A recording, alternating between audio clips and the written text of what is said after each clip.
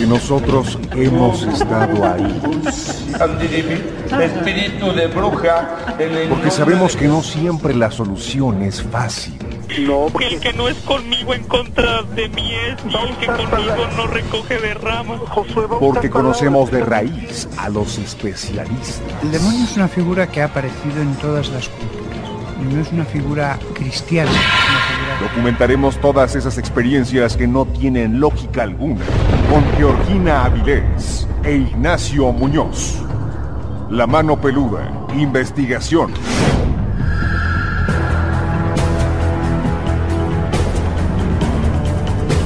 Llegó la hora de poner las evidencias sobre la mesa.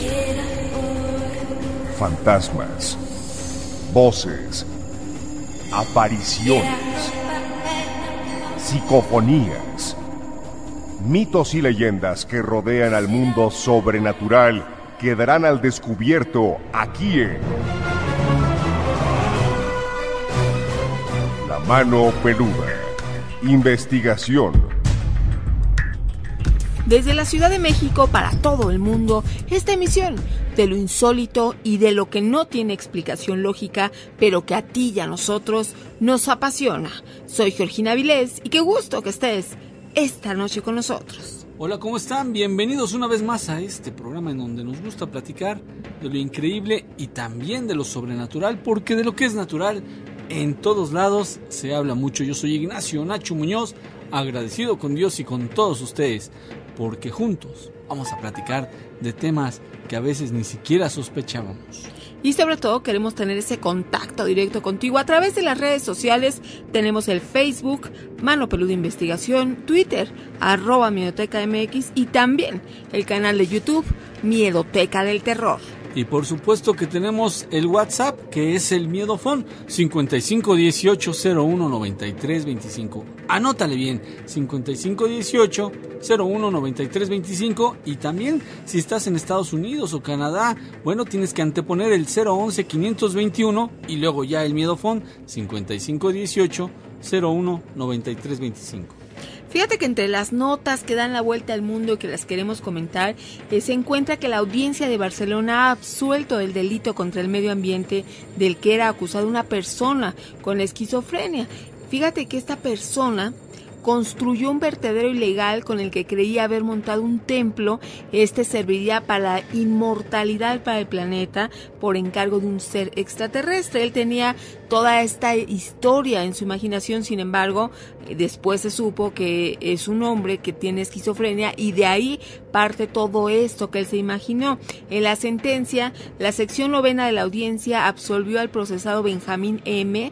por considerar que debido a la esquizofrenia que padece, era incapaz de prever las consecuencias negativas de este vertedero ilegal con el que tenía la intención de producir energía vital no solo para las personas, sino para el planeta entero. El acusado, para quien la fiscalía solicitaba 1 año de prisión o su equivalente en un centro psiquiátrico, pues construyó durante 3 años este vertedero ilegal con basura, desechos inorgánicos, baterías de automóviles, de refrigeradores en una parcela de la urbanización de las Palmeras de Canyelles en Barcelona. Y según explicó a la policía y al juez, el procesado creía que era un ser de ultratumba. Él aseguraba que había fallecido varias veces, que había resucitado y que un extraterrestre le estaba diciendo que tenía que construir un templo para purificar y regenerar el planeta. Entonces toda esta historia él la creía como verdadera, por eso estuvo abocado a construir lo que este ser extraterrestre le estaba pidiendo. Obviamente el juez decretó la clausura del vertedero ilegal e instó al procesado a retirar los residuos ahí almacenados, pero este caso pues no ha tenido como la atención debida, y entonces por ejemplo las personas que estaban cerca del lugar, pues nadie hizo nada, nadie creyó que le hubiera afectado. Sin embargo, pues es un lugar que, imagínate todo lo que se fue acumulando en 3 años, que este hombre fue llevando ahí creyendo que estaba ayudando al planeta y que de esta manera pues todos nos íbamos a regenerar, no solo los humanos sino también el planeta, y para limpiar todo este lugar, encargarse de esa limpieza, el ayuntamiento de Canyelles tuvo que pagar, imagínate, 4.893 euros.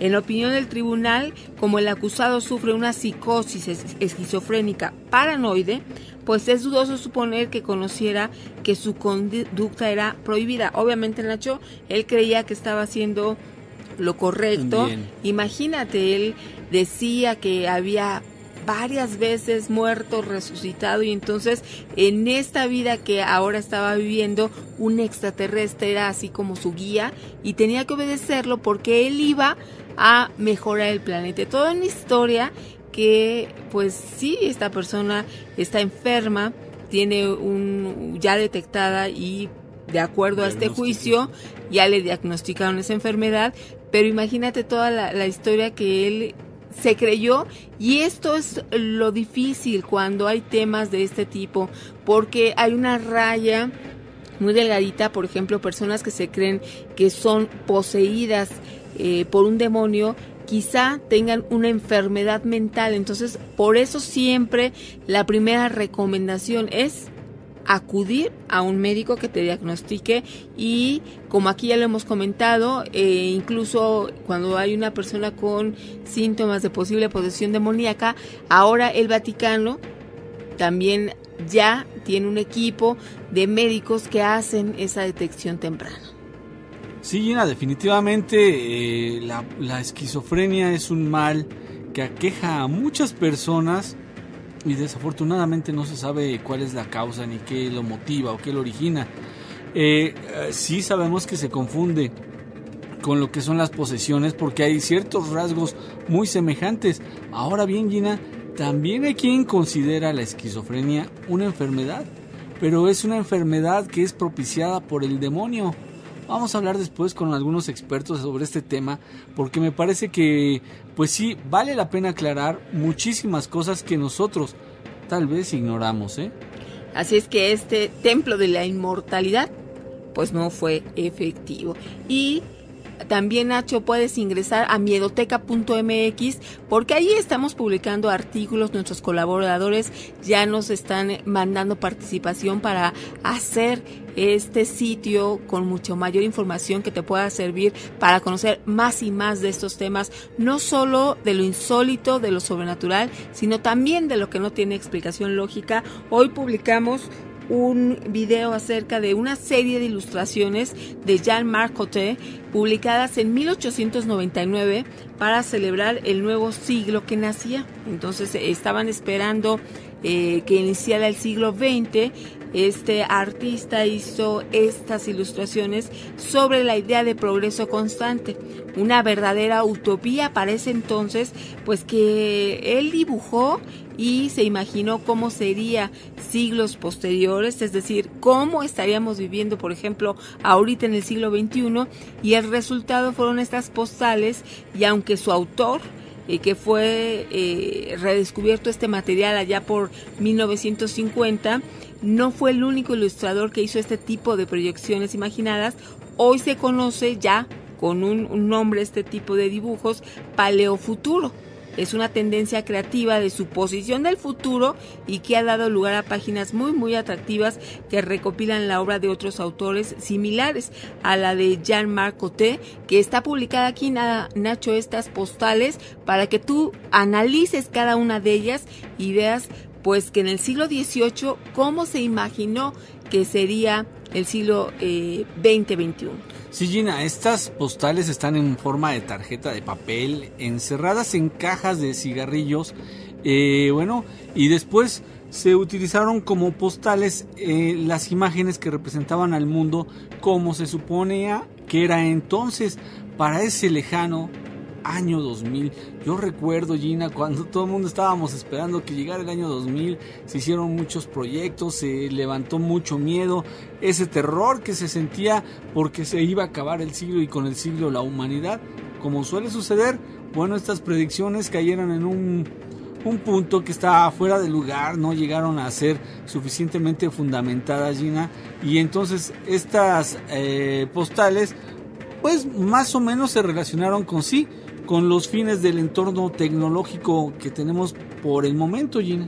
Fíjate que se dio a la tarea de crear estas pinturas donde pues echó a volar su imaginación. Sin embargo, ¿qué explicación le puedes tú dar al hecho de dibujar algo que futuro, en años futuros o en siglos futuros, pues íbamos a vivir? Por ejemplo, en una de estas postales hay como si fueran bomberos voladores.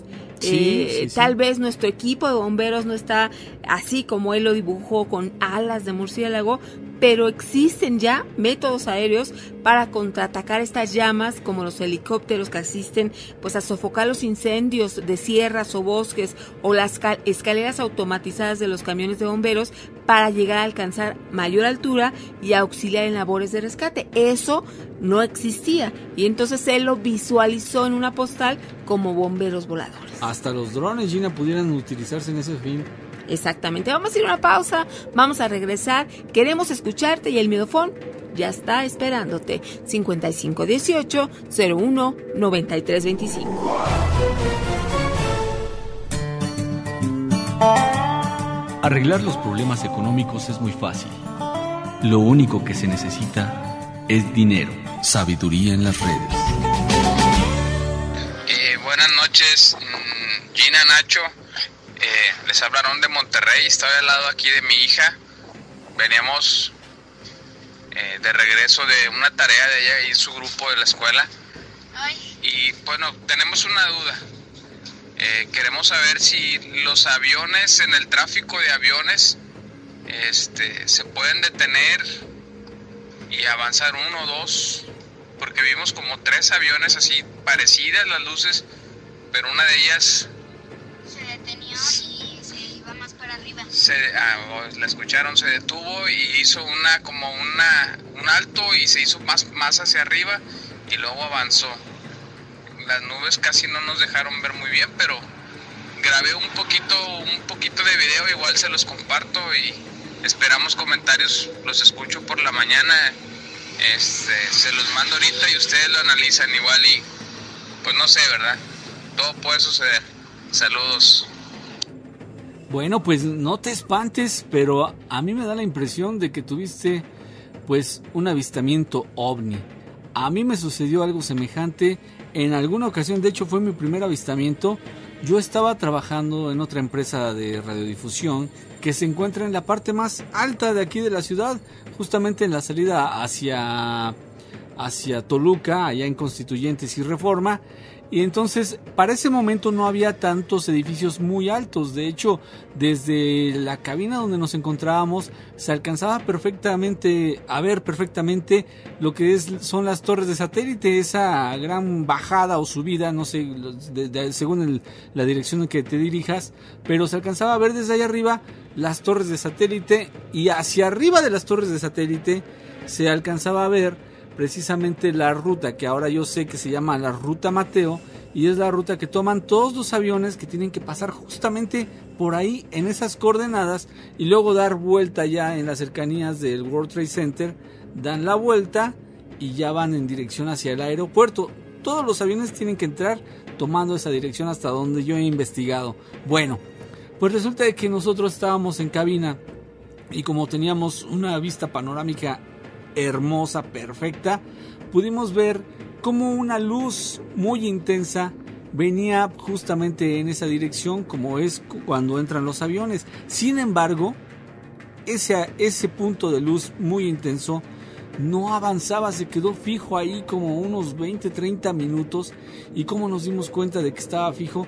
Porque pudimos ver otros aviones que venían en la parte de abajo, digamos, y pasaban y lo rebasaban, y veíamos cómo daban la vuelta ya para tomar dirección hacia el aeropuerto, y entonces esta luz permaneció ahí mucho tiempo. Pasaron varios aviones, yo estoy seguro que si los aviones que pasaron ahí junto a esa luz lo pudieron ver perfectamente, a menos de que haya sido una luz muy dirigida y entonces haya quedado fuera de su visión, ¿no? Sin embargo, yo considero que los radares sí debieron haberlo visto. Bueno, pues yo vi algo así como lo que tú nos estás describiendo, y lo extraño que nos sucedió fue que de repente esa luz se dividió en tres lucecitas más pequeñas que volaron en direcciones opuestas, es decir, una a la izquierda, otra a la derecha y otra así como que hacia el frente, y luego se volvieron a juntar y se separaron nuevamente y ahí desapareció. Entonces no creíamos lo que estábamos viendo. Sin embargo, ya he consultado con muchas personas, gente que como tú ha tenido una experiencia similar o semejante, y entonces sí, efectivamente fue mi primer avistamiento ovni, y yo creo que es el caso tuyo, ¿eh? Aaron nos envía un poquito de este video que pudo grabar junto con su hija. Lo vamos a compartir para que tú también nos des la opinión. Buenas y terroríficas noches, Gina y Nacho. También me uno a la petición de que el programa se extienda 1 hora más o muchas más. Muchas gracias. Hola, nos pueden mandar saludos a mi hermano y a mí, que los estamos escuchando a escondidas. Somos Isaías e Itzel de la delegación Coyoacán. Siempre los escuchamos. Si están escondidos, no se escondan. Se me hace háganlo que abiertamente. Son niños que están escuchando el programa, sí, no. Y pues les avisamos que próximamente vamos a tener una sorpresa para todos los pequeños niños y adolescentes que también les gustan los temas insólitos y sobrenaturales. Saludos y lluviosos momentos desde León, Guanajuato. Nacho y Tocaya Gina, escuchando con la luz apagada y además muchos relámpagos. Buenas noches, Berta de Ayotzingo, Chalco. Aparte de saludarlos, les platico que ahorita acabo de sacar una mariposa no muy negra con una raya en medio. No sé por dónde entró porque yo estoy acostada, pero escuché que aleteaba algo. Prendí la luz y es una mariposa, solo que haya entrado por una ventana que tenía abierta, pero dicen que es de mala suerte. ¿Ustedes qué opinan? Pues sí, Berta, para muchos las mariposas, pues sí, son uno de los insectos más bellos del planeta. Otras personas la consideran como el símbolo de transformación hacia la libertad, hacia lo beneficioso, y hay quien pues también ve en la mariposa la imagen del mal presagio e incluso la muerte cuando es una mariposa negra. Específicamente, pues esta mariposa se le conoce como mariposa nocturna, y esta creencia de la muerte o del mal presagio no es de ahora. Hay pues algunos textos que dicen que en tiempos antiguos la mariposa nocturna llevaba sobre sus alas este aire de mal augurio. Por ejemplo, en Mesoamérica se le conocía como la mariposa del país de los muertos, o también así, mariposa de la suerte, de la mala suerte, mariposa de la muerte. Y entonces el hecho de que aparezca, pues hay mucha gente que dice, es que es un presagio de mala suerte, está anunciando, se le encuentra incluso dentro de los animales que anuncian la muerte. Sin embargo, no hay que sugestionarnos, son creencias y yo creo que tú debes estar tranquila. Ahorita tiene una explicación también, Nacho. Hubo una lluvia muy muy fuerte y entonces pues hay una consecuencia de que se puedan estar moviendo muchos animales, y entre ellos las mariposas. Entonces la conocida como ratón viejo, ¿no? Quiso refugiarse a lo mejor esta mariposa, así es que tú no te preocupes y esperemos que no sea nada. Sí, lleva un nombre científico de Ascalapa odorata, y pues no es mala. Lo que pasa es que sí impresionan por el gran tamaño que adquieren. A veces es hasta de la palma de una mano o tal vez más grande, y entonces como tiene también unos dibujos ahí medio rarones, a veces parecen unos ojos que te miran. Entonces la gente les tiene muchísimo pánico y lo primero que hacen es matarlas, porque dicen que si no la matas, eso es lo que se comenta, que si no la matas puede llegar inclusive la muerte a tu casa, pero a quien le llega la muerte es a la mariposa, sí, seguro. Exactamente. Entonces simplemente un mito, pero ahorita vamos a platicarlo con un experto, porque pues aprovechando, ¿no?, que la tenemos por ahí.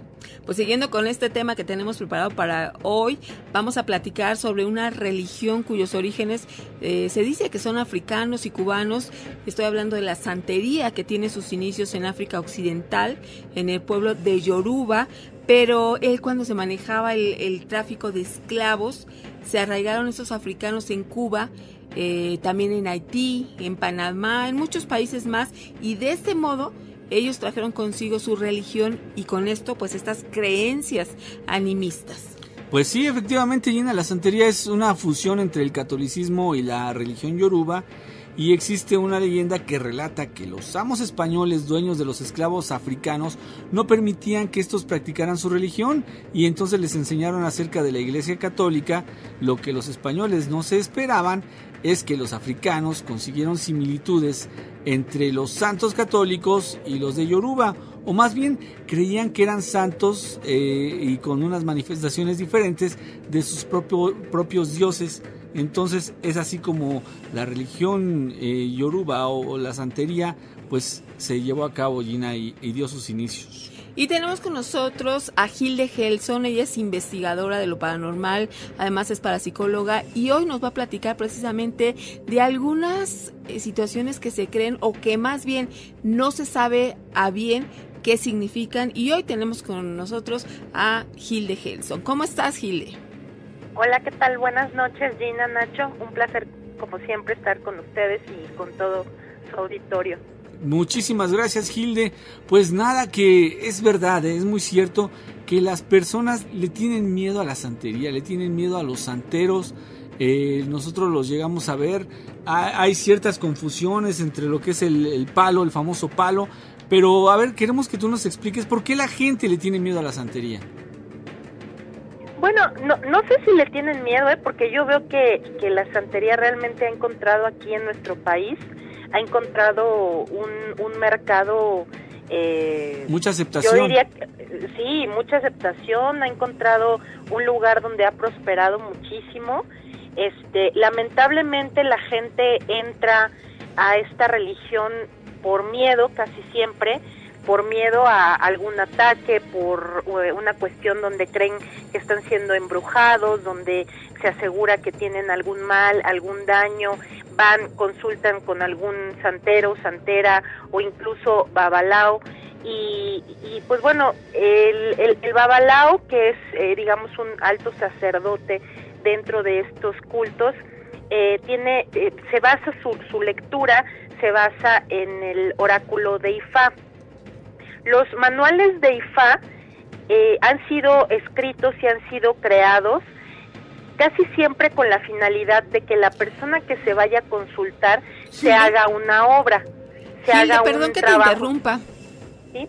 Lamentablemente tenemos que ir a corte, pero vamos a regresar contigo y mucho de este tema. El Miedofón, 5518-01-9325. El dermatólogo es el único médico que puede dar diagnósticos superficiales. Sabiduría en las redes. Continuamos con Hilde Gelson. Ella nos está hablando de santería. Te interrumpimos porque esto, pues, no podemos dejarlo esperar, Hilde, pero ya regresamos contigo. Sí, bueno, estábamos hablando acerca de cómo se fundamenta el hecho de que una persona se adhiera a esta religión. Lamentablemente casi nunca la gente entra en la santería por una fe auténtica, digamos un desinterés por lograr algún objetivo, como sea obtener protección, librarse de alguna brujería, por miedo, por quererse volver ricos, poderosos o querer acabar con algún enemigo. Casi siempre estas son las razones que llevan a la gente a adherirse a esta religión y casi siempre terminan saliendo igual como entran. Terminan gastando miles de pesos, cientos de miles de pesos a veces, completamente extraviados. No tienen ni idea la cantidad de personas que me llegan a consultar o me llegan a preguntar que qué deben hacer con las cosas que recibieron porque ya no quieren permanecer ahí. Obviamente no estoy generalizando, hay mucha gente que sí tiene una ancestralidad en ese camino, que sí tiene un respeto, que tiene un desinterés y que tiene buenas prácticas dentro de su culto de santería, pero la mayoría no, porque es un negocio muy redituable. Hay ceremonias que van desde los 1,000 hasta los 300,000 pesos. Entonces realmente estamos hablando que es un sector donde se mueve mucho dinero y donde cuando te hablan de un gran padrino, te hablan de un gran santero, te hablan de un gran babalao, a veces tú no tienes cómo constatar de que esa persona realmente lleva una preparación, que ha llevado un conocimiento y que tiene, pues bueno, una carrera larga y que ha preparado ya a mucha gente. Entonces, esto es una de las causas por las cuales mucha gente termina defraudada, aparte de que desconocen totalmente el cuadro de deidades, de divinidades, el manejo, y pues obviamente antes de entrar a cualquier camino, vamos a imaginar que tú vas al doctor, ¿no? Y que le dices, doctor, me duele el estómago, y el doctor te dice, sí, pásale por aquí, pase al quirófano, lo vamos a operar para ver qué tiene. Pues tú en ese momento dices, no, espérese, ¿no? Primero recéteme algo, no quiero que me opere, ¿no? Sin hacerme un estudio. Ajá. Entonces, mucha gente se inicia sin saber por qué se está iniciando, sin pedir una segunda opinión, sin investigar un poco de la religión, entran a la religión con una completa ignorancia y a veces con la cabeza y con la energía totalmente revuelta y totalmente todo hecho un desastre. Esa es la verdad.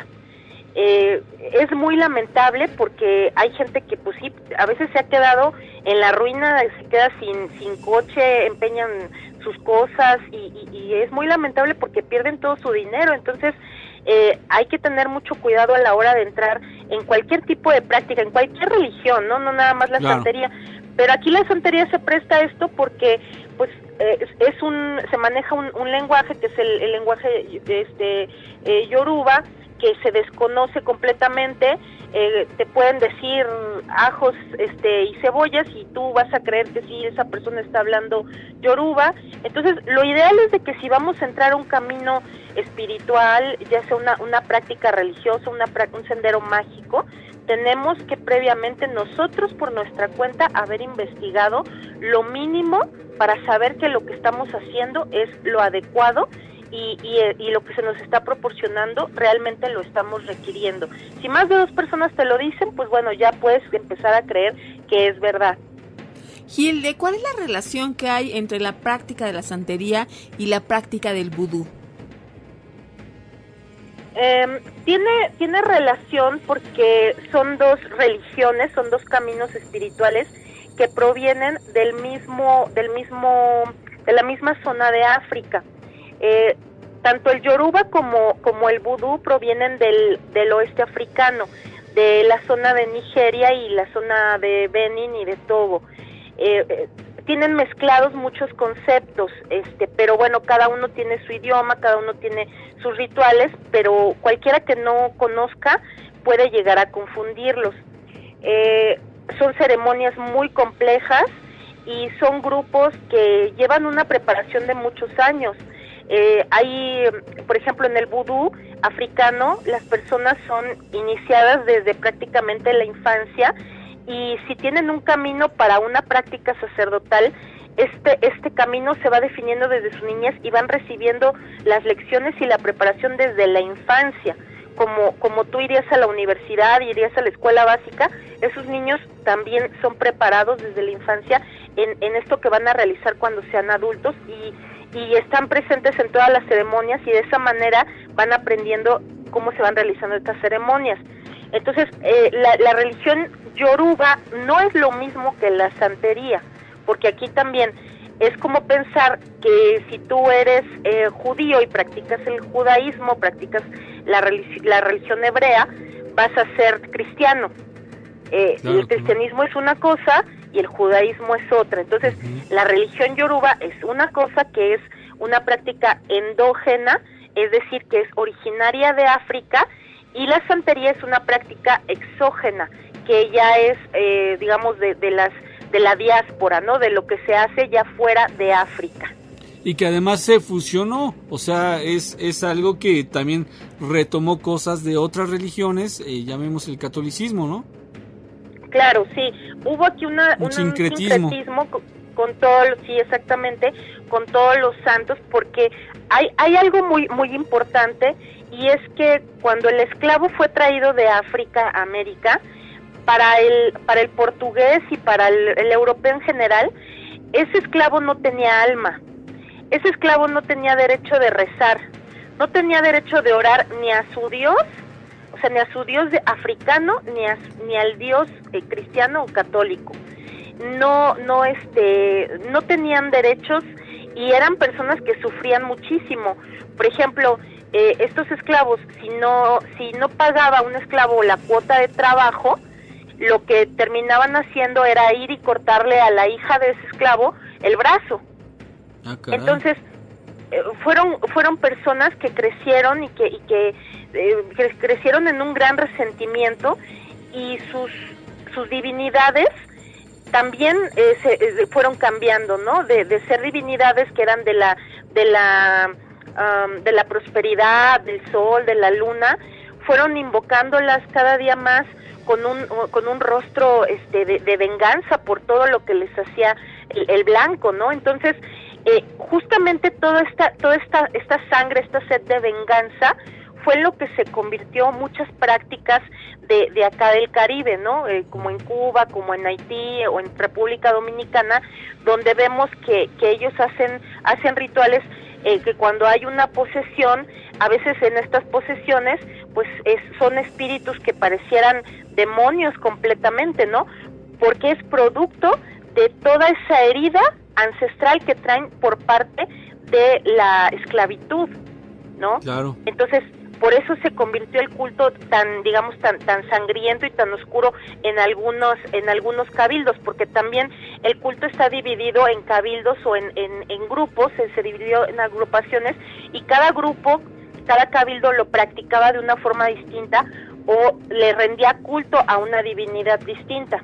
Ok, entonces un santero sí puede conducir las fuerzas naturales, digamos, esa energía en contra de una persona para hacerle un trabajo, un hechizo, un embrujamiento, o bien para quitárselo.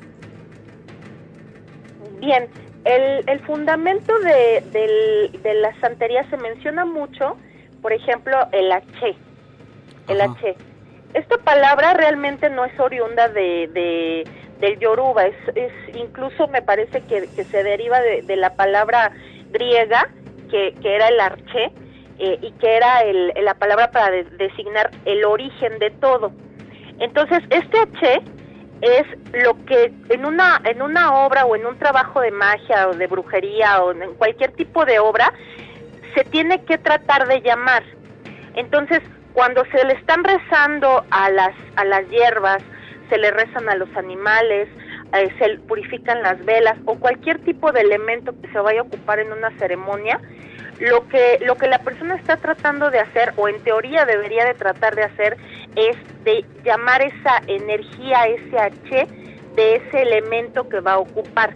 O sea, un buen mago, un buen practicante, no va a ir a comprar hierbas a la hierbería o al mercado de Sonora y las va a usar así como las recibió. O sea, tiene que hacerle un rezo, tiene que buscar llamar el H o esa energía divina para que ese elemento le pueda servir para la operación mágica que va a realizar. Entonces, esto es parte de la práctica esotérica. Sí. Ajá. La verdadera práctica esotérica significa que uno va a trabajar o a revelar el secreto que tiene un elemento.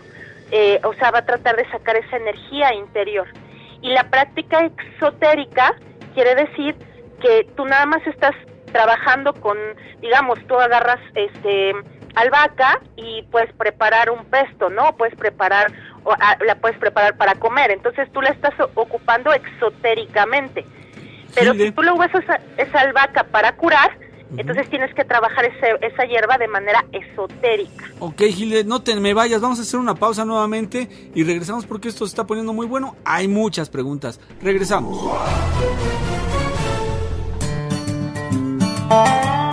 Mi vecina regañó tan fuerte a su hijo que hasta yo me puse a recoger mi cuarto. Sabiduría en las redes. recibiendo todos sus mensajes. Dice, me llamo César Daniel Dimas, soy estudiante de la Facultad de Ciencias de la UNAM. No es una mariposa lo que dijo la persona que les llamó, es una polilla. Las mariposas tienen tendencias diurnas, pues son exotérmicas y requieren al sol para termorregularse y poder volar. Y las polillas son nocturnas, pertenecen al mismo orden Lepidópteros, alas con escamas, pero se distinguen en especial por sus actividades de día o de noche. Y no las maten, son importantes para la polinización y para la prevalencia de plantas y de animales que dependen de estas. No son de malos augurios, solo entran a tu casa por casualidad, pues son atraídos por olores y colores de las flores y pueden confundirlos con cosas que tenemos en casa. Tienen preferencias por ciertos colores y también aromas. Por ningún motivo las deben matar, no hacen ningún mal.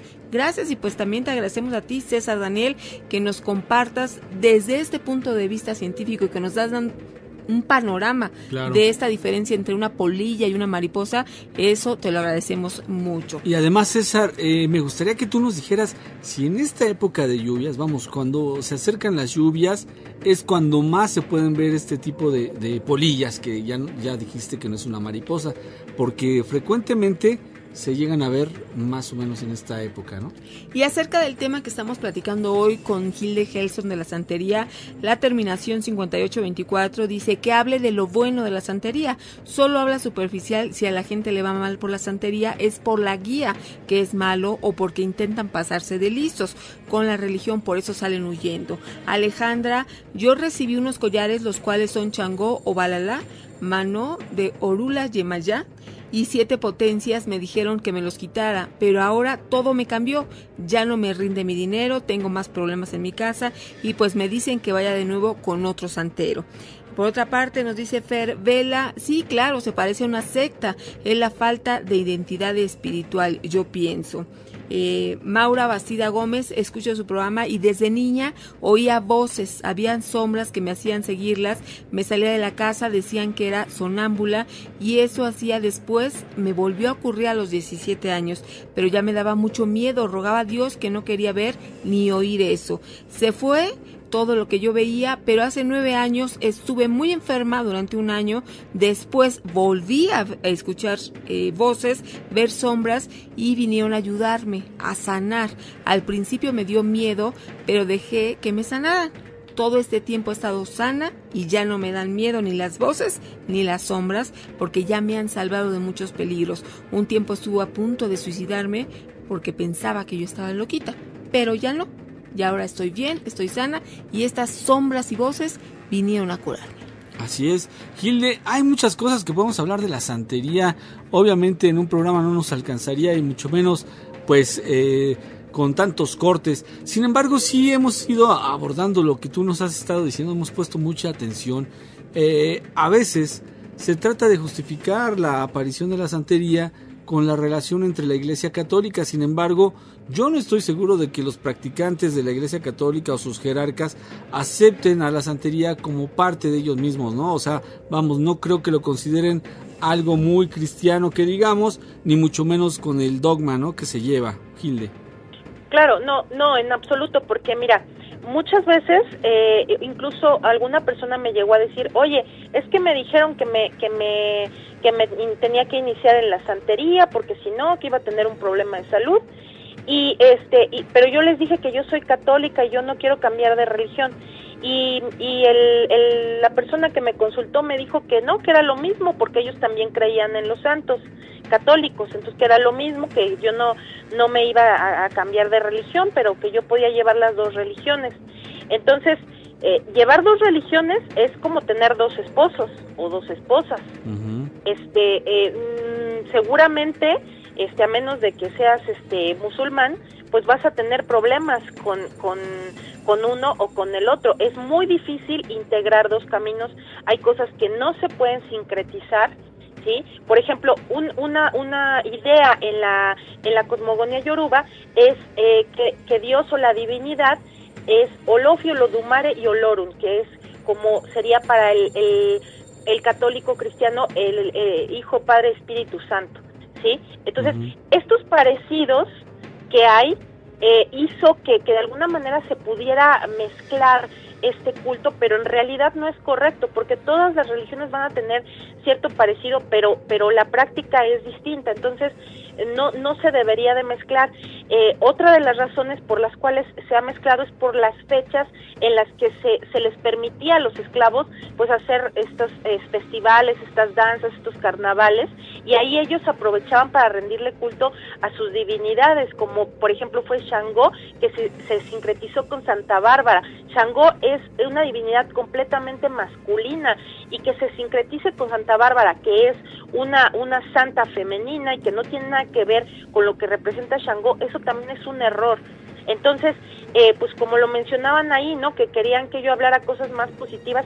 La santería tiene cosas muy positivas, pero por favor, dejen de robarle a la gente, o sea, hagan bien las cosas, porque realmente parece una epidemia. Vas al centro y ves a toda la gente con collares y no saben ni qué significan. Entonces, pues ustedes mismos deberían de practicar mejor las cosas, ¿no?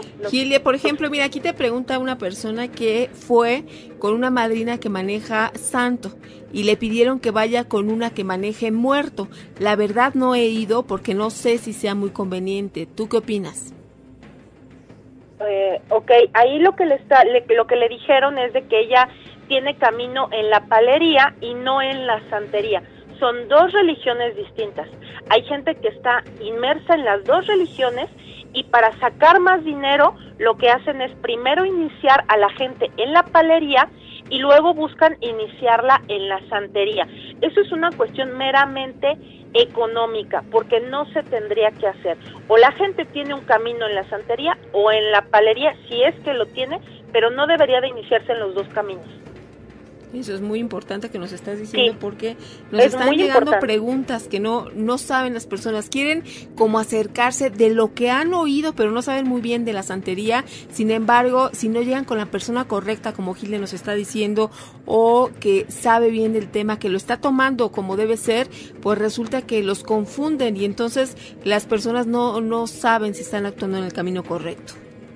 Claro, y aparte hay muchos padrinos que son medio psicópatas y que ya tienen a sus ahijados de tráeme comida, tráeme dinero, llévame a tal lado, sé mi chofer, o sea, ya hay también una cuestión donde ya el ahijado no está recibiendo conocimiento, no está recibiendo guía, no está recibiendo solución a sus problemas, y los padrinos los tienen ahí como sirvientes nada más.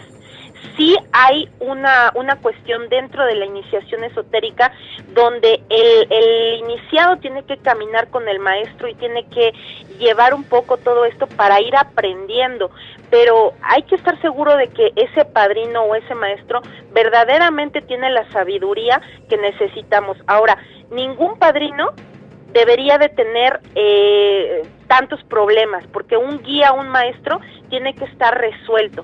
Si bien se va a enfermar en algún momento o va a tener alguna vicisitud, pero tiene que ser un ejemplo de vida, tiene que ser un ejemplo ético y espiritual. Si no es un ejemplo, no es un buen padrino. Gilia, pero aquí hay una pregunta difícil de responder, yo creo, porque ¿cómo pueden saber las personas que nos están escuchando de cualquier lugar que lo estén haciendo, cómo acudir a un lugar o con una persona que sea la correcta en este tema? Bueno, yo creo que aquí la recomendación va a ser muy importante, ¿no?